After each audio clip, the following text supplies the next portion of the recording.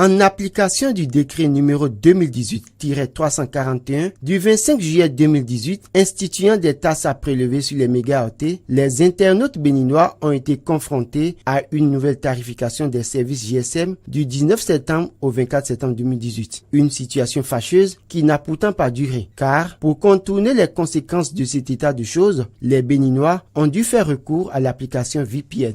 VPN, Virtual Private Network, est une application qui permet de lier deux réseaux d'appareils comme les ordinateurs, les tablettes ou smartphones géographiquement éloignés et connectés par un réseau via un tunnel sécurisé et encrypté. Mais quels sont les avantages de cette application? Nous pouvons dire que l'utilisation de VPN ça a des avantages. Avec un VPN, tout de suite lorsque vous l'activez, il rend votre présence invisible. C'est-à-dire, vous êtes là, le hacker voit que quelqu'un est là. Mais qu'est-ce qu'il fait transiter sur le réseau? On ne sait pas. Il sécurise tout. Bon, admettons que vous êtes en ligne, par exemple, aujourd'hui en Chine, où il n'y a pas WhatsApp, il n'y a pas Facebook, il n'y a pas Telegram, par exemple.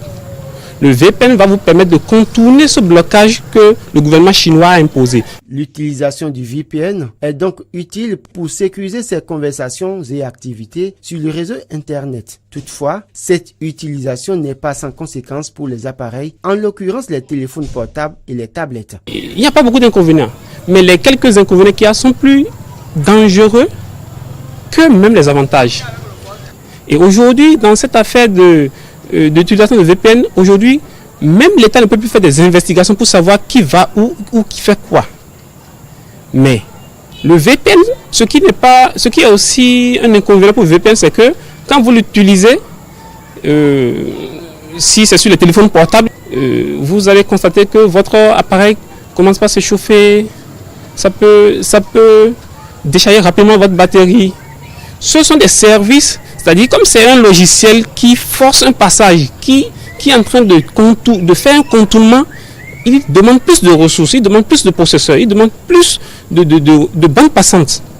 Donc du coup, vous pouvez constater sur il y a des VPN qui sont un peu tolérants que d'autres bien sûr, mais dans tous les cas, l'utilisation d'un VPN doit pouvoir décharger rapidement votre batterie, plus que ça fait une application de plus au fait.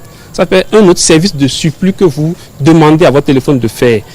Il est donc recommandé que pour utiliser les VPN, il serait mieux de désactiver d'autres applications inutiles pour protéger son téléphone et sa batterie.